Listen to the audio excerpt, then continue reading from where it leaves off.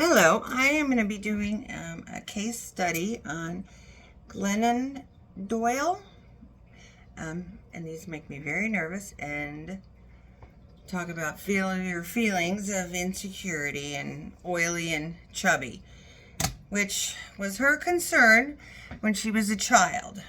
Glennon started binging and purging when she was only 8 years old and continued to do that for the next 10 years until she went into the mental hospital. She had mentioned feeling oily, chubby, and insecure.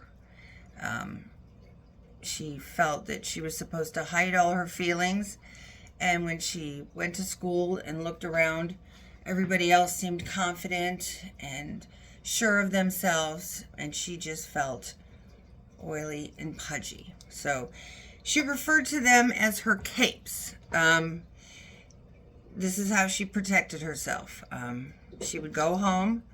She would go to the refrigerator anytime she started feeling a feeling of anxiety or stress or anything that made her feel insecure or any kind of feeling she did not want to feel.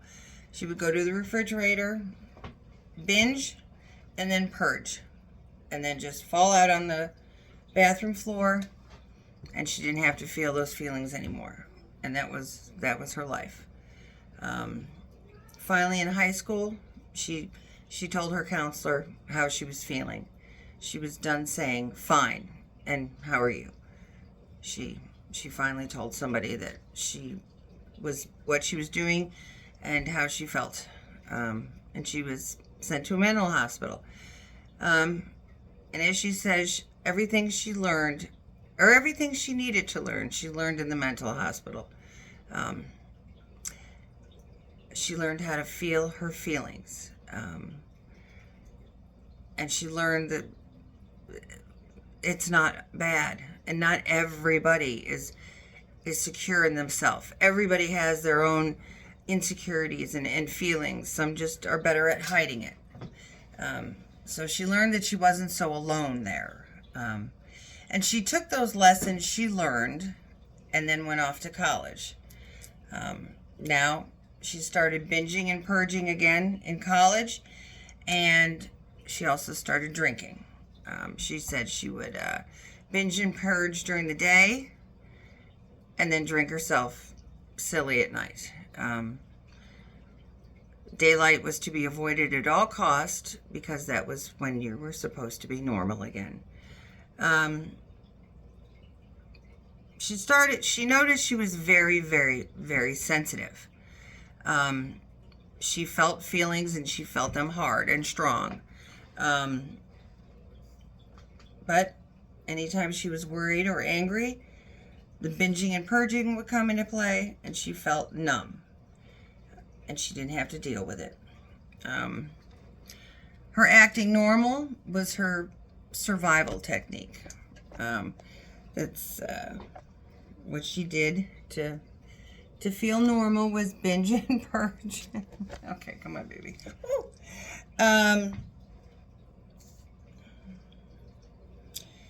Now, there is one thing that I have to say that I would send her to.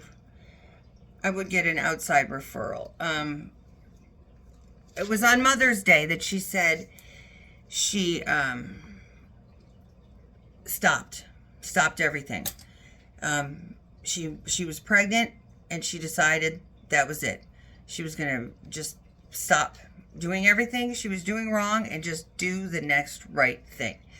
She stopped binging. She stopped purging. She stopped drinking. And she felt her feelings. Now, she said the only difference today is she said she still feels insecure, oily, and greasy, and she still feels that. Now, my conclusion is I would try to get her to not. I would hope that she wouldn't feel those feelings. And I think cognitive behavior therapy would be the way to go. Normally, when you're dealing with someone with anorexia or bulimia, it's about a matter of control. They have no control over some part of their life, and that they're trying to control. And that's the one thing they can do is binge and purge, and they have control. Now, she said she still feels all those feelings, and she lets herself, and she still has very highs and very lows. Now, I would look into a possibility of bipolar disorder because of she mentioned very high and very low, and that is a telltale sign that someone might have bipolar disorder. Now, she's done very well for herself. She's a best-selling author. She has 3 children. Now, the things, I saw 2 of her TED Talks and learned a little bit about her, and then read about her on one of the assignments we had. But I wasn't able to get to all of them. It said it was unavailable. So I'm just going with what I was able to get. When I read about her, she said she saw somebody in an audience at one of her conferences, and it was a woman, and she fell in love. Now, I don't see anything wrong, or anything odd. I think being attracted to the opposite sex, whether heterosexual, bisexual, gay, whatever the case may be, I will always believe that you were born with that. It's instilled in you, and it's okay. I see nothing wrong with that. I see no reason to even delve into that. I just lost track where she went from having a husband to having a wife. That part of her life I'm missing. I like her attitude. She says she just shows up. That's it. She just shows up and does the next right thing. And that's all you really can do in life. And it seems to be working for her. Now, again, there might be a need for medication depending on how she feels about taking it. Some people like the highs and lows. Some people who have ADHD, they accomplish so much because they have it. But I would definitely do some cognitive behavior therapy with Glennon, just because I feel she feels too much pain. I would want her not to feel the insecurities and the greasy and the oily and all that. And I think cognitive behavior therapy would be the way to go with that. And she seems to have taken control of her life.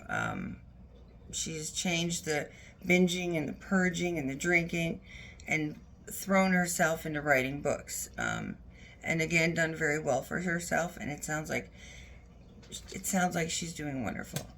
But I would continue with the therapy on that, and I would also want her to maybe speak to a doctor about the possibility of bipolar disorder. And that is it. Thanks again for a wonderful semester, and bye.